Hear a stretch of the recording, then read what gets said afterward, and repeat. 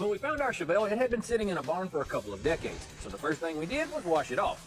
After a good bath, she took a trip to the blaster, which was followed by a new floor.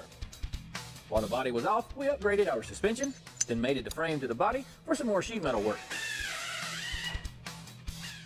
The car had some quarter panel issues in the usual spots right behind the rear wheels. There you go, we've got our quarters on that we got from Auto Metal Direct. It wasn't too bad, and it's starting to look like a car again.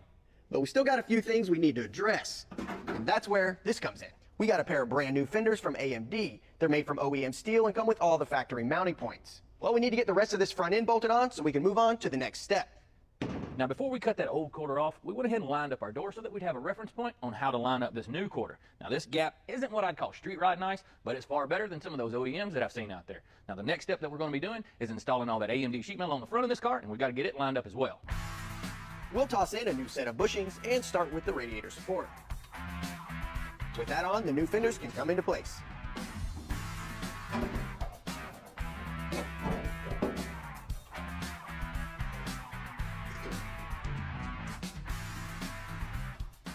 Like Tommy said earlier, we mounted the doors before we cut the quarters off, so all the body lines are good from the front of the door back, which means we can use the leading edge of the door here to adjust our fenders. And you might say this paint stick right here is the industry standard for the thickness of a gap on body lines, so we're going to use this to figure out where we need to put our fender. All right, as we stick this paint stick in here, you can see here that the gap's way too wide up here, but then as we go down, you can see it gets tighter and tighter, until we finally get down here where it's just about right, but then it tightens up too tight down here, so the top of the fender needs to come back and the bottom of the fender needs to go forward. But another thing to take into consideration is where it lies here in line with the door.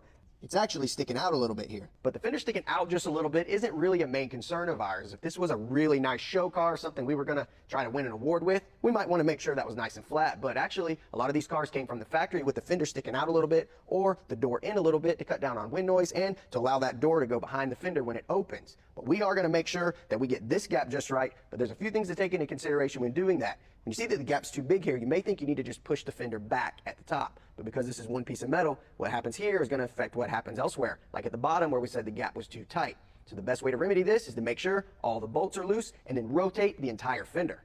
One good way to do that is get a buddy up front and watch the gaps while he gives it a wiggle. Help me out, Tom. A little bit, just straight back.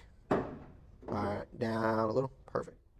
And now we've got a pretty even gap throughout most of the door here, but now that we've got it there, we see that we've got a new problem where the fender's lower than the door, so we're going to have to shim that fender.